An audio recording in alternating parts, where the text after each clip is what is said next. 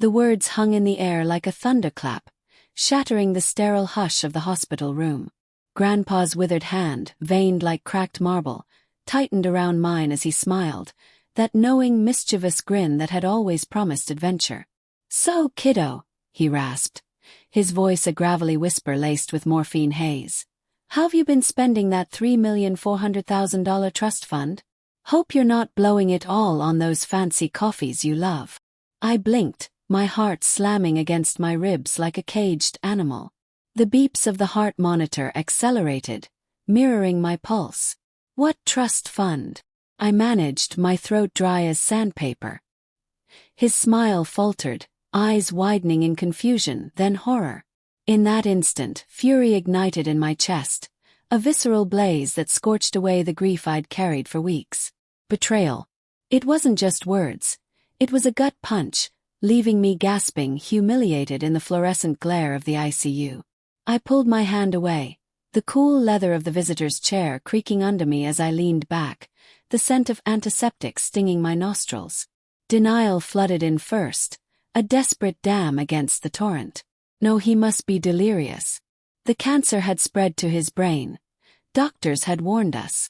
But his eyes, sharp, lucid, locked onto mine, pleading. "Alex, the fund I set up for you when you were born. Your parents. They were trustees. Didn't they tell you?" The room spun, the white walls closing in like a vice. Heartbreak clawed at me, raw and unrelenting. My parents, steady, unassuming mom with her knitting and dad with his endless golf stories, had hidden this? For what? Resentment bubbled up, bitter as bile. I'd scraped by on ramen and freelance gigs, burying dreams under student loans while they... What? Lived off my inheritance. I stormed out, the automatic doors whooshing behind me like a sigh of relief. The parking lot was a blur of rain-slicked asphalt, puddles reflecting the neon hospital sign in fractured reds and blues. Inside my beat-up sedan, I gripped the steering wheel until my knuckles whitened, rain drumming on the roof like accusatory fingers. Inner thoughts raced, brutal and honest. Maybe it's a mistake. Grandpa's confused. But doubt crept in, subtle memories resurfacing. The way Mom's eyes darted away when I mentioned money troubles. Dad's vague assurances. "Things will work out, son." Obsession took hold, a dark whisper urging me to dig. I couldn't confront them yet. Suspense needed to build like a storm gathering force. That night, in my cramped apartment, the air thick with a musty smell of old books and takeout boxes, I paced the worn hardwood floors. The city lights flickered through rain-streaked windows, casting long shadows that danced like ghosts. I booted up my laptop, fingers trembling on the keys. A quick search for trust fund records. Nothing public, of course. But Grandpa's will. He'd mentioned a lawyer once, Mr. Hargrove. I emailed him, feigning concern for Grandpa's estate. As I waited, fantasies of justice swirled, storming into my parents' house, demanding answers, watching their faces crumble. But fear tempered it. What if they had reasons? Moral conflict gnawed. They were my parents, flawed but loving. Or were they? The reply came at dawn, the ping jolting me from fitful sleep on the couch. Hargrove confirmed it. A trust fund established in 1995, $3.4 million from Grandpa's tech patents, meant for me at 21. Trustees, my parents. Disbursement started 5 years ago. My 21st birthday. But to where? Not me. Humiliation washed over me anew. Hot tears stinging as I imagined them laughing behind my back. I called in sick to work, my voice hollow, and drove to their suburban home, the familiar tree-lined street now feeling like enemy territory. Mom answered the door, her floral apron dusted with flour, the aroma of baking cookies wafting out, a stark contrast to my inner turmoil. "Alex! What a surprise! Come in, honey." Her hug felt like a trap, her perfume cloying. Dad lounged in the living room, newspaper in hand, the leather recliner sighing as he shifted. "Hey kid, how's Grandpa?" I sat on the edge of the sofa, the fabric soft and familiar, yet now alien. Tension simmered, slow-burn suspense coiling like a spring. He's talking a lot. Mentioned something about a trust fund.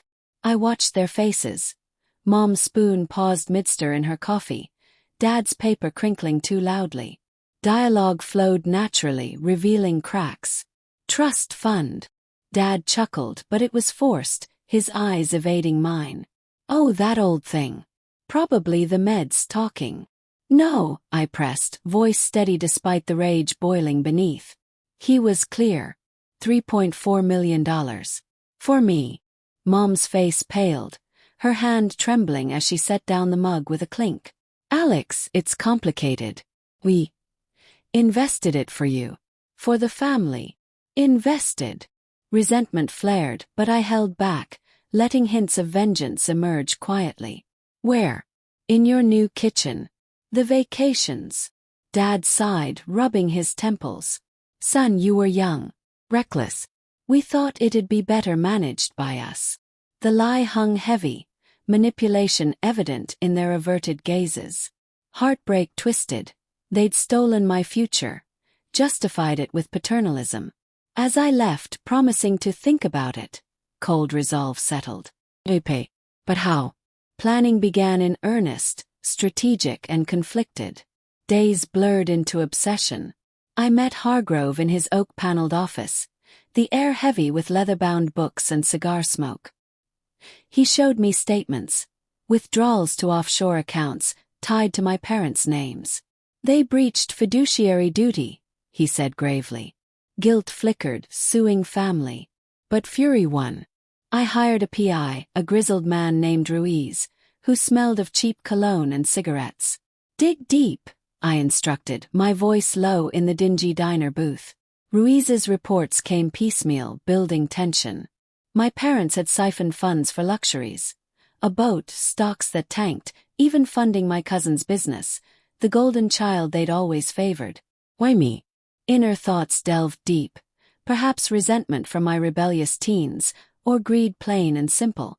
Doubt assailed, were they monsters or desperate? But evidence mounted, foreshadowing darker motives. Subtle hints of revenge surfaced. I changed my phone number, citing spam, watching Mom's worried texts pile up. At Grandpa's bedside, I whispered plans, his frail nod fueling me. Suspense heightened during a family dinner, the clink of silverware underscoring suppressed rage. So, Alex, Dad ventured, passing the roast. About that trust thing. I smiled thinly. Oh good. Let's not dwell. But inside calculations word. Lawsuits, exposure, something poetic. As part one closed, the net tightened. Ruiz uncovered a bombshell. Forged signatures, my name on loans they'd defaulted. Betrayal deepened, moral grayness emerging. They'd rationalized it as protecting me. My resolve hardened. Fear mingling with anticipation. Retaliation loomed, undeniable. The envelope arrived like a harbinger, its crisp white paper slicing through the mail slot with a whisper. Inside my apartment, the morning light slanted through blinds, illuminating dust motes like suspended secrets. Ruiz's final report. Bank records, emails between my parents discussing borrowing from the fund, even a memo admitting they never intended to tell me. Kids too unstable, Dad had written. Humiliation surged anew, but now laced with cold resolve. No more denial, this was war. Inner conflict raged. Revenge would shatter the family, but so had their deceit. Fantasies evolved. Not just recovery but ruin. I confronted them that evening, the drive to their house a blur of autumn leaves swirling like my thoughts. The porch light cast a warm glow, mocking the chill in my veins. Mom opened the door, her smile fading at my expression. Alex. Everything okay? Inside, the living room felt smaller, the family photos on the mantel. Me always on the edge. Now accusatory. Dad rose from his chair. Newspaper folding with a rustle. What's this about? I tossed the folder onto the coffee table, papers scattering like fallen leaves. This. The trust fund. The lies. Dialogue crackled with tension, natural and revealing. Mom gasped, hand to her mouth. How did you? Doesn't matter, I snapped, anger authentic, layered with heartbreak. You stole from me. Why? Dad's face hardened, motivations unfolding. We needed it, son. After the recession, my job. We were drowning. You were off at college partying. We figured we'd pay it back. Pay it back. Resentment boiled. With what? The boat you sank. Cousin's failed startup. Mom sobbed, manipulation kicking in. We love you, Alex. It was for the best. You would have wasted it. The word stung, obsession driving me. Wasted. Like you did. Suppressed rage simmered, suspense building as I paced, the carpet muffling my steps. They begged, secrets spilling. Hidden debts, affairs. Dad's gambling addiction, Mom's complicity. Layered characters emerged. They weren't cartoon villains, but morally complex, driven by fear and selfishness. Guilt gnawed at me, pity flickered, but planning overrode it. I left without resolution, the door slamming like a gavel. Back home, in the dim glow of my desk lamp, I plotted. Lawsuit first. Hargrove filed quietly, freezing their assets. Subtle hints.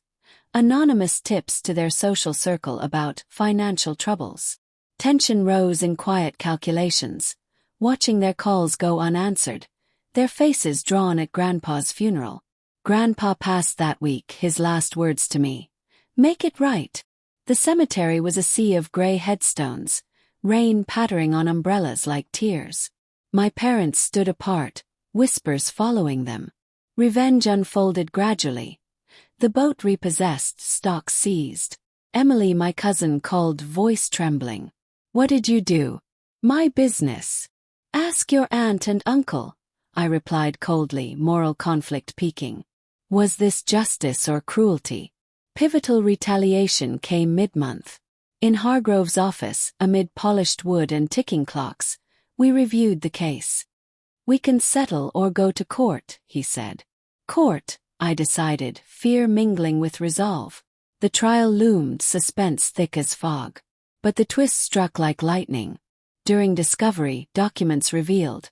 The trust wasn't just Grandpa's. My biological father, unknown to me, had contributed a secret affair with Mom. Dad knew, raised me as his, but resentment festered, leading to the theft. Poetic justice. The fund was mine by blood, their betrayal rooted in hidden shame. In court, the gavel fell. Restitution ordered plus damages.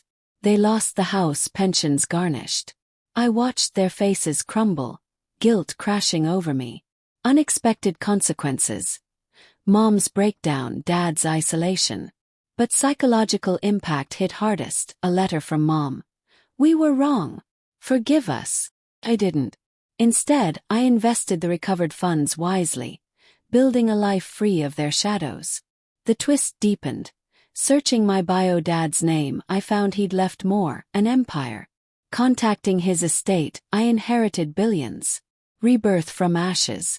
Yet obsession lingered, a scar. Revenge delivered justice, but at what cost? The fury faded, replaced by hollow resolve. Family shattered, but I stood whole, morally gray, forever changed.